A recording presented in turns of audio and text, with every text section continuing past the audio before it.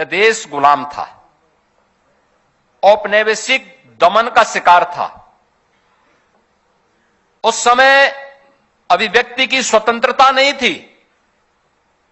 संगीत के लिए, कला के लिए कोई मंच नहीं था।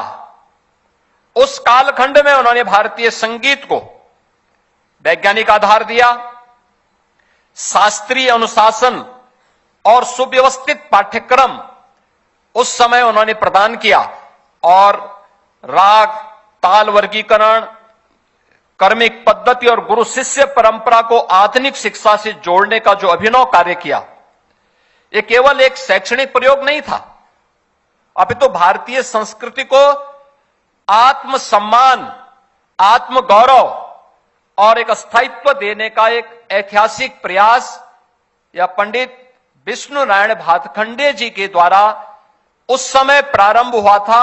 भातखंडे संस्कृति संस्थान उसका एक आधार बना था और भातखंडे इंस्टीट्यूट उसका एक आधार बना था।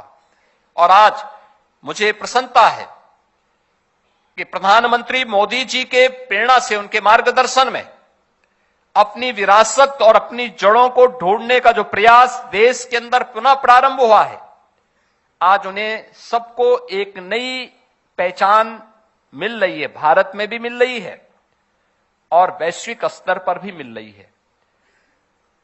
आप याद करिए 2019 में जब कुंभ का आयोजन प्रयागराज की धरती पे हुआ था, हजारों वर्षों की विरासत है, लेकिन कुंभ के आयोजन के साथ देश जुड़ सके, यूनेस्को उन्हें भारत के अमूर्त सांस्कृतिक धरोहर के रूप में मान्यता दे सके, यह भी हमें देखने को मिला। और इसी वर्ष जनवरी में जब हमने इस सदी के महाकुंभ के आयोजन को किया था, आपने देखा होगा जिन लोगों की यह मान्यता थी कि आज का युवा अपनी संस्कृति से विमुख हो रहा है, महाकुंभ के आयोजन के साथ, जिसके बारे में औपनिवेशिक कालखंड में यह मान्यता थी कि इसमें तो वे लोग आते हैं जो लोग सामान्य रूप से, उनके बारे में बहुत खराब धारणा ब्रिटिशर ने बनाने का प्रयास किया था।